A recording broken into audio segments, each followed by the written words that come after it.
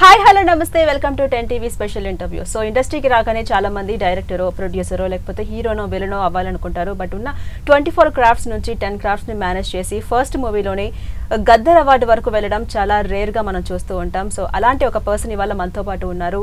Gangster movie నుంచి best stunt choreographer గా గద్దర్ అవార్డుని తీసుకోబోతున్నారు ఈ మంత్ లో. తనే కె చంద్రశేఖర్ రాథోడ్ ఇవాళ మనతో పాటు ఉన్నారు. తనతో మాట్లాడదాం. అసలు జర్నీ ఎలా స్టార్ట్ అయింది, స్టంట్ కొరియోగ్రాఫర్ గా ఎదగడం అంటే ఎంత కష్టం లేదా ఈజీనా, అసలు ఎన్ని సవాళ్ళు ఎదుర్కొన్నారు, ఆ మూవీ రిలీజ్ కి ముందు రిలీజ్ తర్వాత ఎలాంటి పరిణామాలు చోటు చేసుకున్నాయి ఇవాళ మనం తెలుసుకుందాం, మాట్లాడదాం.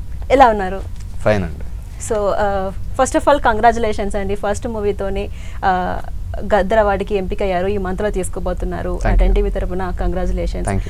చంద్రశేఖర్ గారు చెప్పండి, బెస్ట్ స్టంట్ కొరియోగ్రాఫర్ గా గద్దర్ అవార్డుకి ఎంపికయ్యారు, గద్దర్ అవార్డుని తీసుకోబోతున్నారు. So how do you feel? మీ జర్నీ ఎలా స్టార్ట్ అయింది? బేసిక్గా ఇది ఒక 10-12 ఇయర్స్ జర్నీ నాది. ఓకే. షార్ట్ ఫిల్మ్స్ చేస్తూ అండ్ మార్షల్ ఆర్ట్స్ బ్యాక్గ్రౌండ్ నుంచి వచ్చాను నేను.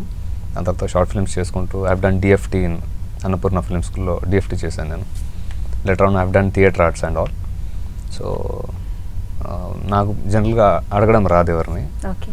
సో ఫిలిం ఫీల్డ్లో ఉంటూ మనం ఎవరిని అడగకపోతే ఇక్కడ ఆపర్చునిటీస్ రావు మనకి. ఎగ్జాక్ట్లీ. సో మనమే ఒక ప్లాట్ఫామ్ క్రియేట్ చేసుకోవాలంటే మనకి ఫినాన్షియల్ సపోర్ట్ అలాంటిది ఏది లేదు, అడగలేము, ఫినాన్షియల్ సపోర్ట్ లేదు. సో డెఫినెట్గా దీంట్లో సర్వైవ్ అవ్వాలంటే ఏదో ఒకటి మన టాలెంట్ యూజ్ చేసుకొని బయటికి రావాల్సి ఉంటుంది. సో మార్షల్ ఆర్ట్స్ని అండ్ బేస్ చేసుకొని ఒక ప్రాజెక్ట్ రెడీ చేసుకున్నాను నేను, ఒక యాక్షన్ ఫిలిం లాంటిది.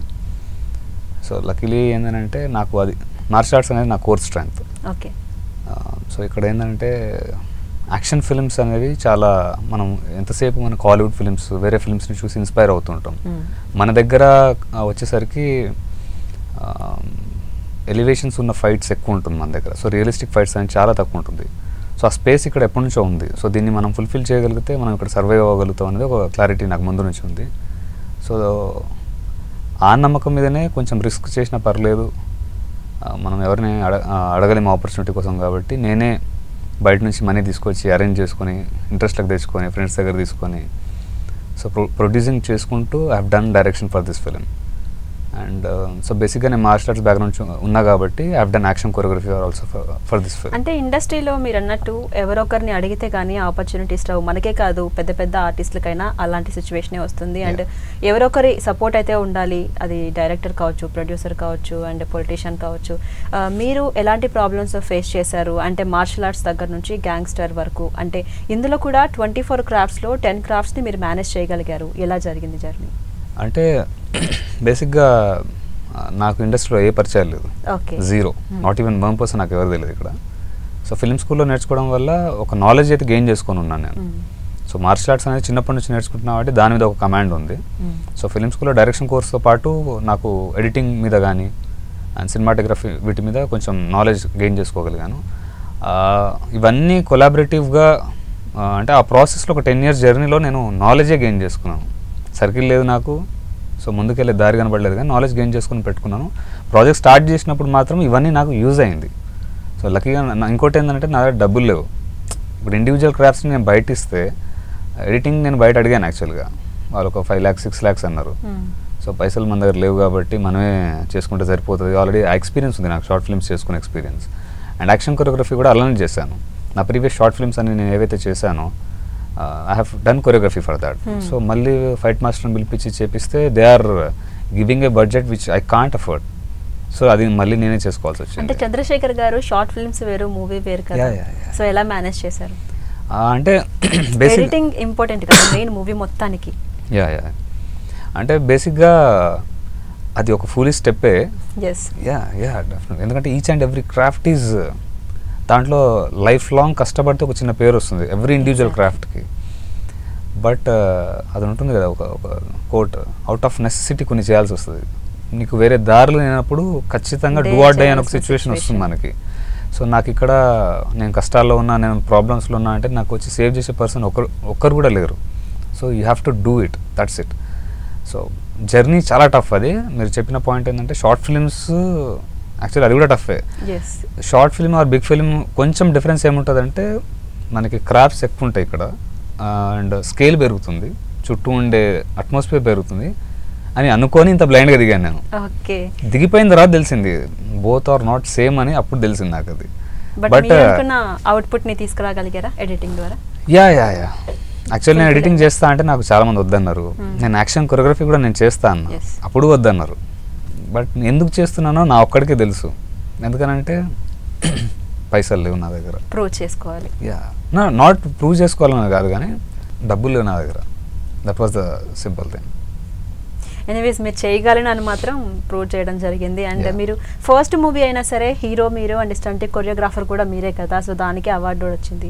సో ఎలా అనిపిస్తుంది? ఫస్ట్ టైం ప్రకటించారు తెలంగాణ ప్రభుత్వం వాళ్ళు, అండ్ ఫస్ట్ మూవీకి మీకు అవార్డు రావడం ఎలా అనిపిస్తుంది? లాస్ట్ అది అవార్డు అనౌన్స్ అయ్యి ఆల్మోస్ట్ లైక్ 4-5 days అవుతున్నట్టు, 3-4 days ఆర్ సంథింగ్. నాకు నిద్ర పడతలేదు ఆ రోజు నుంచి. అసలు ఇది నిజమే ఎక్స్పెక్ట్ చేశారా వస్తుందని? వస్తుందని అయితే అనుకున్నాను, బలంగా అనుకున్నాను. బట్ వచ్చిన తర్వాత నాకే డౌట్ వచ్చింది. ఓకే, నిజమా కాదా? ఫస్ట్ రావాలని బలంగా కోరుకున్నాను. వచ్చిన తర్వాత నా చుట్టూ ఉన్న వాళ్ళు దాన్ని జస్ట్ డిస్క్రైబ్ చేస్తున్నారు. నీకు క్యాజువల్గా ఇవ్వలేదు వాళ్ళు అవార్డు, ఇన్ని పెద్ద సినిమాలు ఉన్నాయి, ఒకసారి క్రాస్ చెక్ చేయి, పుష్ప, కల్కి, వీటిని దాటి నీకు ఇచ్చారు, అది నీకు అర్థమైతే లేదన్నారు. అది ఎప్పుడైతే వీళ్ళు చెప్తున్నారో నా చుట్టూ ఉన్న వాళ్ళు, అది నాకు కొంచెం నిద్రపోనిస్తలేదు అది.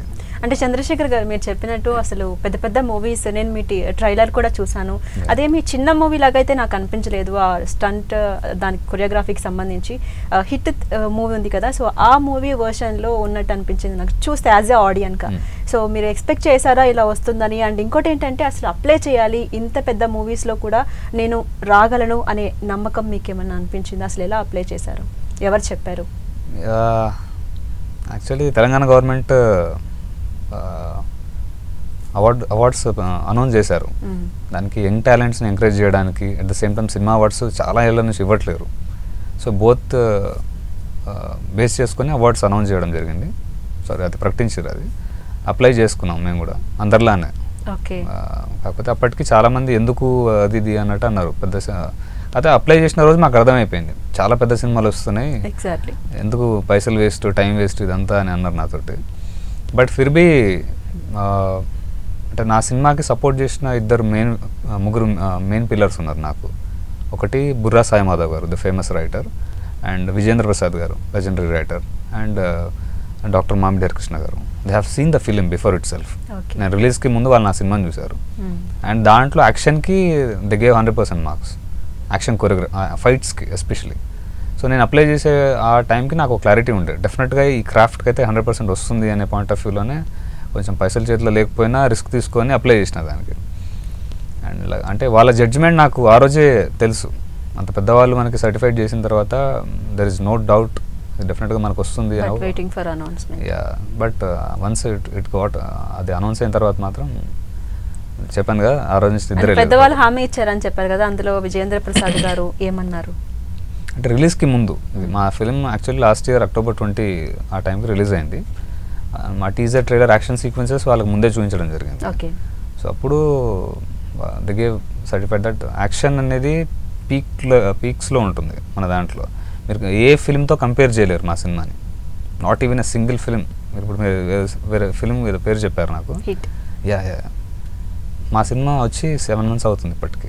బట్ పబ్లిక్కి నేను రీచ్ చేయలేకపోయాను, that was my fault.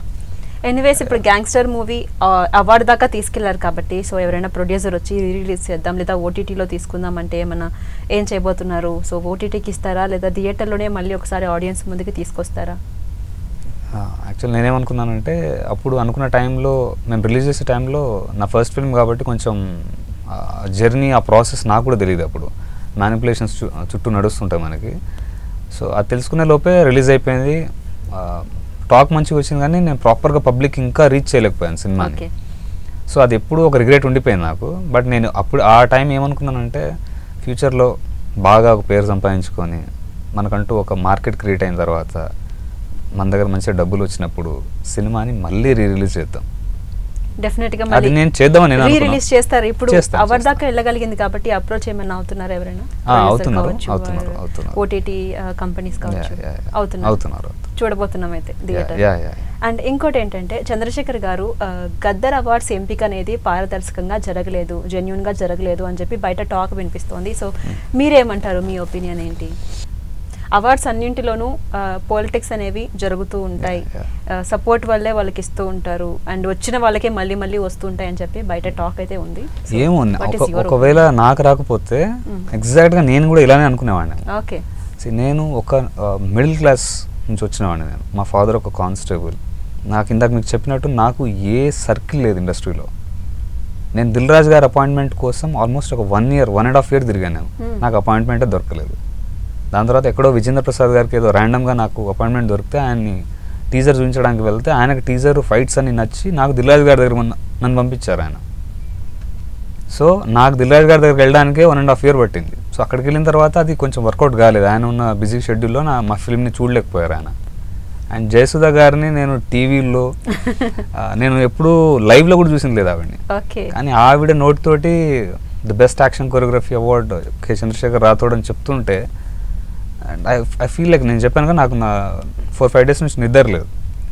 So నాలాంటి వాడికి ఒక అవార్డు వచ్చినప్పుడు then how you will say that this is not transparent? నాకు ఇండస్ట్రీలో సర్కిలే లేదు. నేను 10-12 years ఉన్నాను నేను ఇదే ఫీల్డ్లో, but I have been learning the crafts and all. ఎక్కడ చెప్తారు ఇప్పుడు మీరు? నాకు రాకపోతే నేను కూడా ఎగ్జాక్ట్గా మీరు అడిగిన క్వశ్చన్ నేను కూడా అనుకునేవాడిని. Maybe it is not transparent, లేకపోతే వాళ్ళకే ఇచ్చేస్తారు, పెద్ద సినిమాలకు ఇస్తారని. కాకపోతే ఇప్పుడు నేను చెప్తున్నాను కదా, నా చుట్టూ ఉన్న వాళ్ళు, నా ఫ్రెండ్స్ కానీ సర్కిల్లో ఇప్పుడు big big peoples are congratulating me. Why just ఇన్ని పెద్ద పెద్ద ఫిల్మ్స్ని దాటి నీకు ఇచ్చారు. సో దానికి ఆన్సర్ ఉంది. ఇంకోటి ఏంటంటే ఇప్పుడు మీరు 1 year పాటు దిల్ రాజు గారి అపాయింట్మెంట్ కోసం వెయిట్ చేశానని చెప్పారు, రిఫ్యూజ్ అయ్యిందని చెప్పారు. అయితే ఇప్పుడు ఆయన ఆధ్వర్యంలోనే సీఎం చేతుల మీదుగా అవార్డు తీసుకోబోతున్నారు. సో ఎలా అనిపిస్తుంది? దిల్ రాజు గారిని అప్రోచ్ అవుతారా? ఈసారైనా కలుస్తారా? అపాయింట్మెంట్ తీసుకొచ్చుకుంటారా? డెఫినెట్గా. అంటే లాస్ట్ టైం అది మిస్ అయింది మాకు. యాక్చువల్గా విజేంద్ర ప్రసాద్ గారు దిల్ రాజు గారి దగ్గర పంపించారు. మీ సినిమా అంటే ఫైట్స్ ఇవి చూసిన తర్వాత సినిమాని ప్రాపర్గా పెద్ద ఛానల్ త్రూ రిలీజ్ చేయించుకో, ఎందుకంటే నీకు సపోర్ట్ లేదు, బ్యాక్గ్రౌండ్ లేదు, నీకు రూట్ కూడా తెలియదు కదా. సో ఆయన త్రూ వెళ్తే నీకు ఒక రీచ్ ఉంటుంది, పబ్లిక్లో వెళ్తుంది, నీ సినిమా వెళ్తుంది ఫస్ట్. సో ఆయన అప్రోచ్ అవ్వడం జరిగింది అప్పుడు. But he was busy in game changer. ఆ టైంలో చాలా హెక్టిక్లో ఉన్నారు ఆయన కూడా. ఆయన చూడలేకపోయారు, సినిమాని చూడలేదు ఆయన. దాని తర్వాత లక్కీలీ ఇక్కడ జరిగింది అది. సేమ్ అదే దిల్ రాజు గారి ఆధ్వర్యంలో ఒక కమిటీ నుంచి సినిమాని చూశారు. చూసి ఇన్ని సినిమాలను దాటి మనకు అవార్డు వచ్చింది ఈరోజు. సో అండ్ డెఫినెట్గా నేను మళ్ళీ అప్రోచ్ అవుతాను దీని తర్వాత. కాకపోతే ఇప్పుడు నాకు అప్రోచ్ అవ్వడానికి నాకు కూడా ఒక అవార్డు ఉంది వెనకాల, తీసుకొని అప్రోచ్ అవుతాను. అదొక మంచి మోటివేషన్ మీకు. అండ్ చంద్రశేఖర్ గారు, మీరు మిడిల్ క్లాస్ ఫ్యామిలీ నుంచి వచ్చారని చెప్తున్నారు, without any contact and any background ఇక్కడ దాకా వచ్చానని చెప్తున్నారు. సో అసలు మీకు ఇండస్ట్రీ వైపుకి రావాలని ఇంట్రెస్ట్ ఎలా వచ్చింది? ఎవరి నుంచి అయినా ఇన్స్పైర్ అయ్యారా, లేకపోతే ఎలా? అంటే ఇది కూడా యాక్సిడెంటల్గానే అయింది. సో అందరు గ్రాడ్యుయేషన్ అయిపోయిన తర్వాత ఏదో ఒకటి చేయాలని అనుకుంటున్నట్టు నేను కూడా అలానే అనుకున్నాను. బట్ ఒకటేందనంటే నా హాబీని నా కెరియర్లా మార్చుకోవాలనుకున్నాను. My hobbies are like I play cricket and నాకు చిన్నప్పటి నుంచి మార్షల్ ఆర్ట్స్ దాంట్లో ఉన్నాను నేను చిన్నప్పటి నుంచి. కాకపోతే హాబీకి ఉన్న అడ్వాంటేజ్ ఏంటంటే మనకి ఎగ్జామ్ మూమెంట్ వరకు కూడా మనం పొద్దున్న లేచి చదవరా అంటే మనం లేవం, ఆ పని చేయంటే ఒకటి చేయము. కానీ హాబీ విషయంలో మనకి అర్ధరాత్రి లేపి ఈ పని చేయనంటే నువ్వు ఎగ్జైట్మెంట్తో లేస్తావు. సో నేను హాబీని అది ఇంత ఎగ్జైట్మెంట్ ఒక హాబీ క్రియేట్ చేయగలుగుతున్నప్పుడు why can't we change the hobby into the profession అన్న పాయింట్ ఆఫ్ వ్యూలో స్టార్ట్ అయింది అది. సో అలానే నా మార్షల్ ఆర్ట్స్, నాకున్న స్కిల్ మార్షల్ ఆర్ట్స్ ఎక్కడ వాడవచ్చు దీన్ని అని చూసుకున్నప్పుడు వై నాట్ ఇండస్ట్రీ అని అనిపించింది. ఇండస్ట్రీ అనిపించినప్పుడు డెఫినెట్గా మనకి ఇక్కడ ఎవరు తెలియదు కదా, ఎలా వెళ్తాం లోపలికి. కానీ అనిపించింది ఎప్పుడైనా సర్వైవ్ అవ్వగలనా ఇండస్ట్రీలో ఇంత పెద్ద ప్రపంచం అని? అంటే నేను ఒక రోల్ మోడల్ని ప్రాపర్గా పెట్టుకున్నాను ఫస్ట్, చిరంజీవి గారు. ఎందుకంటే ఆయన వాళ్ళ ఫాదర్ కూడా కానిస్టేబుల్ అండ్ మా ఫాదర్ కూడా కానిస్టేబుల్. అలా లింక్ చేసుకున్నాం. అంటే అంత బ్లైండ్గా లింక్ చేసుకున్నాను నేను చేసుకుని. బట్ సర్వైవ్ అవుతానా అవ్వలేనా అని మధ్యలో వచ్చిన తర్వాత కానీ నాకు అర్థం కాలేదు. ఎందుకంటే ఇక్కడ ఇండస్ట్రీలో ఎలా అంటే ఇప్పుడు నాకు మీతో మాట్లాడడం కూడా చాలా ఇబ్బంది. ఇండస్ట్రీలో మనం చాలామందితో మాట్లాడాలి, ఆపర్చునిటీస్ అడగాలి, అది లేకుండా సర్కిల్ పెంచుకోవాలి. ఇక్కడ ఇవేవి చేయలేదు నేను. కానీ 10-12 yearsలో నేను నాలెడ్జే గెయిన్ చేసుకుంటూ కూర్చున్నాను, కానీ నాకు సర్కిల్ లేదు ప్రాపర్గా. అక్కడెక్కడో మధ్యలో అనిపించింది సర్వైవ్ అవ్వలేమేమో, నాకు కరెక్ట్ కాదేమో ఈ ఫీల్డ్ అని చాలాసార్లు అనిపించింది. బట్ వన్స్ దిగిపోయిన తర్వాత అడుగు వెనకేయలేం కదా. అంటే చిరంజీవి గారి ఫాదర్ అంటే హీరో అవడానికి ఒప్పుకున్నారు, బట్ బేసిక్గా ఇంట్లో ఎడ్యుకేటెడ్ పర్సన్ అండ్ జాబ్ చేసే పర్సన్, ముఖ్యంగా మీ నాన్నగారు కానిస్టేబుల్ అని చెప్తున్నారు. సో ఇండస్ట్రీ అంటే బ్యాడ్ సైడ్లో చూస్తారు. ఒప్పుకున్నారా మంచిగా ఇండస్ట్రీకి రావడానికి? యాక్సెప్ట్ చేశారా లేకపోతే ఫైట్ చేసి ఒప్పించి వచ్చారా? అది మిడిల్ క్లాస్ పేరెంట్స్ ఎప్పుడు ఒకేలా ఉంటారు. They want their kids in a safe, ఒక సెక్యూర్డ్ జోన్లో ఉండాలనే కోరుకుంటారు. ఇట్స్ నాట్ దేర్ రాంగ్ కూడా కాదు, ఎందుకంటే వాళ్ళ పేరెంట్స్ ఒక అగ్రికల్చర్ బ్యాక్గ్రౌండ్ నుంచి వచ్చి ఉంటారు. వాళ్ళకి అగ్రికల్చర్, మా తాతయ్య వాళ్ళకి సో చదువు, వాళ్ళు స్టడీస్, దాని వాల్యూ వాళ్ళకి బాగా తెలుసు. మా పేరెంట్స్కి వచ్చే టైంకి స్టడీస్తో పాటు ఇంకా హయ్యర్ స్టడీస్కి వెళ్ళాలి, ఇంకా చాలా గొప్ప స్థాయికి వెళ్ళాలి, జాబ్లు కొట్టాలి, గవర్నమెంట్ జాబ్లు కొట్టి సెటిల్ అయిపోవాలి లైఫ్లో, బాగా డబ్బులు సంపాదించి. So their thought process will be in that way. కానీ మన జనరేషన్ వచ్చే టైంకి పిల్లలకి ఏది నచ్చితే అది చేయనివ్వాలి, వాళ్ళకి సపోర్ట్ చేయాలి అన్న పాయింట్ ఆఫ్ వ్యూ ఉంటుంది. సో పేరెంట్స్ నెవర్, బిగినింగ్లో అది ఎప్పుడు జరగదు అది, బట్ మనం పిచ్చి చూసి వాళ్ళు కూడా, అంటే అది కూడా వాళ్ళు బ్లైండ్గా ఏం బిలీవ్ చేయరు. ఇప్పుడు పేరెంట్స్ మనకి స్పేస్ ఇస్తారు, కానీ ప్రూవ్ చేసుకోవాల్సిన బాధ్యత కూడా మన మీదే ఉంటుంది. ఇంట్లోనే కూర్చొని ఫోన్లో చూసుకొని టైంపాస్ చేసుకుంటా, నేను అదైపోతా ఇదైపోతా అంటే ఒక 2 రోజులు చూసిన తర్వాత పేరెంట్స్ కూడా డౌట్ వస్తుంది మన మీద. బట్ కన్సిస్టెంట్గా లాస్ట్ 10-12 ఇయర్స్ నుంచి మా పేరెంట్స్ ఆ హోప్ కోల్పోలేదు. అది కోల్పోకుండా నా ప్రయత్నం చాలా ఉంది దాంట్లో. ఏదో ఒక షార్ట్ ఫిల్మ్స్ చేసుకుంటూ వెళ్ళేవాడిని, దాని తర్వాత ఫిల్మ్ స్కూల్లో చేసేవాడిని, అంటే కన్సిస్టెంట్గా నా వర్క్ కనిపిస్తుండేది. సో అలా మెల్లగా నా మీద ఒక నమ్మకం కుదిరింది వాళ్ళకు కూడా. అండ్ ఈరోజు అది కంప్లీట్గా ఒక ఫుల్ఫిల్మెంట్ దొరికింది దానికి. అండ్ చంద్రశేఖర్ గారు ఎవ్రీ లైఫ్లో కూడా, ప్రతి ఒక్కరి లైఫ్లో క్రిటిసైజ్ అనేది చాలా ఉంటుంది. ముఖ్యంగా ఇండస్ట్రీలో అంటే గ్యారంటీ లేని జాబ్ కాబట్టి, నువ్వు ఇండస్ట్రీనా, హీరోనా, లేదా స్టంట్ కొరియోగ్రాఫర్, ఇట్లా ఎగతాళి చేస్తూ ఉంటారు కదా. సో అట్లాంటి సిచ్యువేషన్ మీకు ఎప్పుడైనా ఎదురైందా? మీ ఊర్లో కావచ్చు, ఫ్రెండ్స్ దగ్గర కావచ్చు, ఇక్కడికి వచ్చిన తర్వాత ఇండస్ట్రీలో కావచ్చు? అది ఎప్పుడు ఉంటుంది ఒక ఇన్సిడెంట్, బాధ కలిగించే ఇన్సిడెంట్. ఎందుకంటే ఇప్పుడు మీకు వచ్చిన అవార్డుతో వాళ్ళందరికీ ఆన్సర్ ఆటోమేటిక్గా వెళ్ళిపోయిందని మనం అనుకోవచ్చు. సో అంటే అలా క్రిటిసైజ్ చేసే అంత డిస్క్రైబ్ చేయను దాన్ని.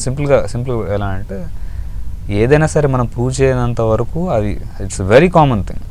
దాన్ని నేను ఒక పెద్ద ప్రాబ్లం లాగా, దాన్ని ఏదో పర్సనల్గా కూడా తీసుకోను, హేట్ కూడా చేయను ఆ సిచ్యువేషన్. బికాస్ మీ గురించి తెలియనప్పుడు ఆబ్వియస్గా మాట్లాడతారు భయ్, తెలిసిన తర్వాత వాళ్ళే చప్పట్లు కొడతారు. That's it. I just want keep it very simple. Criticism ఉంటుంది డెఫినెట్గా, పెయిన్ ఉంటుంది, అవి రెండు లేకుండా జర్నీ ఉండదు. సో ఐ టేక్ కంప్లీట్లీ నా పాజిటివ్ వే దాన్ని. సో అది ఎంజాయ్ చేయాలి ఆ ప్రాసెస్ని కూడా. That's it. అండ్ గ్యాంగ్స్టర్ మూవీలో మీరు స్మార్ట్ వర్క్ చేశారా, హార్డ్ వర్క్ చేశారా, ఏం చెప్తారు?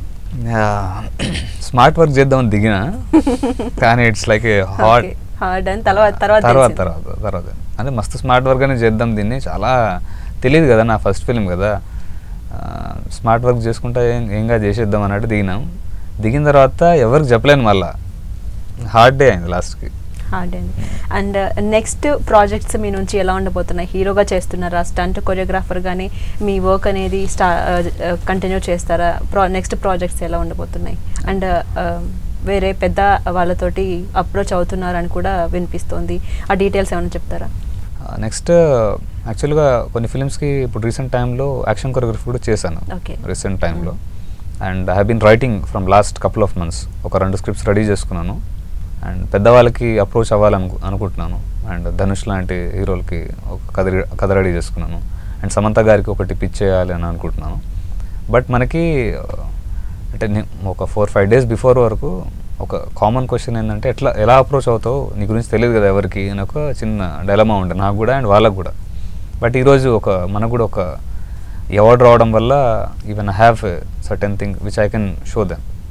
అండ్ చాలామంది మార్షల్ ఆర్ట్స్ అనగానే అందులో ప్రావీణ్యం సంపాదించిన తర్వాత ఒక ఇన్స్టిట్యూట్ స్టార్ట్ చేస్తారు, వాళ్ళలాగే కొంతమందిని ప్రిపేర్ చేయాలని అనుకుంటారు కదా. బట్ మీకేమన్నా అట్లాంటి డ్రీమ్స్ ఉన్నాయా, లేదా ఎవరితో అయినా ప్రాజెక్ట్ చేయాలనే డ్రీమ్ ఉందా? అంటే డ్రీమ్ అంటే పవన్ కళ్యాణ్ గారితో చేయాలని ఉండే నాకు. ఎందుకంటే ఈజ్ లైక్ ఆయన మార్షల్ ఆర్ట్స్ బ్యాక్గ్రౌండ్ నుంచి ఉన్నారు. అండ్ నాకు చిరంజీవి గారు ఎలాగైతే రోల్ మోడల్ లోపలికి ఇండస్ట్రీలో ఎంటర్ అవ్వడానికి, నేను పర్టికులర్గా రోల్ మోడల్ లాగా 2-3 అనుకున్నాను. దాని తర్వాత మార్షల్ ఆర్ట్స్ అనేసరికి నాకు బ్రూస్లీ, జాకీ చాన్, ఇక్కడ మన దగ్గర పవన్ కళ్యాణ్ గారు. సో వీళ్ళు ఇన్స్పిరేషన్ నాకు ఎప్పటి నుంచి action side. So if direct చేసే ఛాన్స్ వస్తే పవన్ కళ్యాణ్ గారిని డైరెక్ట్ చేసే ఆలోచన ఒకటి ఉంది. And I'm ready for any craft. ఎవరైనా నాకు పిలిచి స్టంట్ కొరియోగ్రఫీ చేయమన్నా I'm ready for it. Direction చేయడం అంటే చాలా స్టోరీస్ ఉన్నాయి నా దగ్గర, దానికి రెడీ ఉన్నా.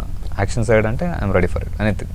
అండ్ మీ మూవీ టైటిల్ కూడా కొంచెం డిఫరెంట్గా ఉంది, గ్యాంగ్స్టర్. అండ్ రాబోయే మూవీకి సంబంధించి కూడా డిఫరెంట్ టైటిల్ ఉండబోతుంది. ఒక కాంట్రవర్సీ ఇష్యూ అవుతుందని చెప్పేసి వినిపిస్తుంది. ఏంటి ఆ కాంట్రవర్సీ ఇష్యూ చెప్పచ్చా? కాంట్రవర్సీ ఇష్యూ ఏం లేదండి దాంట్లో. అది టైటిల్ దగ్గర అదే ఒక లవ్ స్టోరీ, యాక్చువల్గా ఒక రా అండ్ రస్టిక్ లవ్ స్టోరీ. అది ఒక రియల్ స్టోరీ బేస్ చేసుకొని రాసుకున్న కథ అది. అండ్ దాంట్లో సమంత గారిని నేను అనుకుంటున్నాను. టైటిల్ ఏం కాంట్రవర్సీ ఏం లేదు, అది చెప్తున్నారు. అండ్ సమంత గారు కొత్త టాలెంట్ని ఎంకరేజ్ చేస్తున్నారు. అండ్ రీసెంట్గా శుభం మూవీ కూడా చేశారు కదా, సో అప్రోచ్ అవ్వడానికి ట్రై చేస్తున్నారు. అప్రోచ్ అవుతారా? అపాయింట్మెంట్ ఏమైనా దొరికిందా? దొరకలేదు, ట్రై చేస్తున్నాము. అదే ఒక 1 వీక్ బ్యాక్ నేను అనుకున్నాను, మాట్లాడితే హూ ఆర్ యూ అనే క్వశ్చన్ అడిగాను. సో ఆ రోజు నా దగ్గర ఆన్సర్ లేదు, ఈరోజు ఉంది. సో ఇప్పుడు మళ్ళీ అప్రోచ్ అవుతాము. సో డెఫినెట్గా అది వర్కౌట్ అవుతుందని అనుకుంటున్నాం. సో చంద్రశేఖర్ గారు, ఫైనల్గా మా 10TV ఆడియన్స్కి ఏం చెప్తారు? మీ గ్యాంగ్స్టర్ మూవీ నుంచి అవార్డు వరకు వచ్చింది, అండ్ గవర్నమెంట్కి ఏం చెప్తారు? ఫస్ట్ ఆఫ్ ఆల్ తెలంగాణ గవర్నమెంట్కి నేను అంటే థ్యాంక్స్ చెప్తే చాలా చిన్న పదం అయిపోతుందేమో. అంటే అవార్డ్స్ చాలా లాస్ట్ 10-12 ఇయర్స్ నుంచి ఆగిపోయింది. అవి ఇస్తూనే ఒక యంగ్ టాలెంట్స్ని బయటికి తీసుకురావాలి అనే ఉద్దేశం దాని వెనకాల ఏదైతే ఉందో అది నిజంగా అప్రిషియేట్ చేయాల్సిందే అది. అండ్ దీంట్లో మీరు ఫస్ట్ ఇందాక అడిగినట్టు దాంట్లో ఎలాంటి చాలా ట్రాన్స్పరెంట్గా జరిగింది కాబట్టి నేను ఈరోజు మీ ముందు కూర్చొని ఉన్నాను. ఎక్కువ చిన్న సినిమాలకి end of the day big or small అది మనం జస్ట్ అండంలోనే ఉంటుందండి. End of the day film itself speaks, అంతే. చిన్నదా పెద్దదా అని మనం దానికి బౌండరీస్ క్రియేట్ చేస్తాం. So I would like to thank Telangana government, Shri Revanth Reddy గారు, FDC చైర్మన్ దిల్రాజు గారు, జయసుధ గారు, and all the jury members అందరికీ థ్యాంక్ యూ సో మచ్. అలాంటి వాడికి సపోర్ట్ చేయడం వల్ల చాలామంది యంగ్ ఆస్పైరింగ్ డైరెక్టర్స్ కావచ్చు అందరికీ ఒక హోప్ దొరికింది ఈ తెలంగాణ గద్దర్ అవార్డ్స్ వల్ల. And thank you so much. Thank you. Right. Chandrasekhar గారు, మీరు అనుకున్నట్టు ఇలాంటి అవార్డ్స్ మరెన్నో అందుకోవాలి అండ్ మంచి మంచి ప్రాజెక్ట్స్ తోటి రావాలి. దిల్రాజు గారిని అలాగే సమంత గారి దగ్గరికి మీరు అప్రోచ్ అవ్వాలి, మీకు అపాయింట్మెంట్ దొరకాలని మా 10TV తరపున మేము కోరుకుంటున్నాం. అండ్ ఇక్కడికి వచ్చి ఇంటర్వ్యూ ఇచ్చినందుకు thank you so much. Thank you. So చూసారు కదా, ఇది ఇవాళ ఇంటర్వ్యూ. మరొక ఇంటర్వ్యూతో మళ్ళీ కలుసుకుందాం. అంతవరకు కీప్ వాచింగ్ 10TV.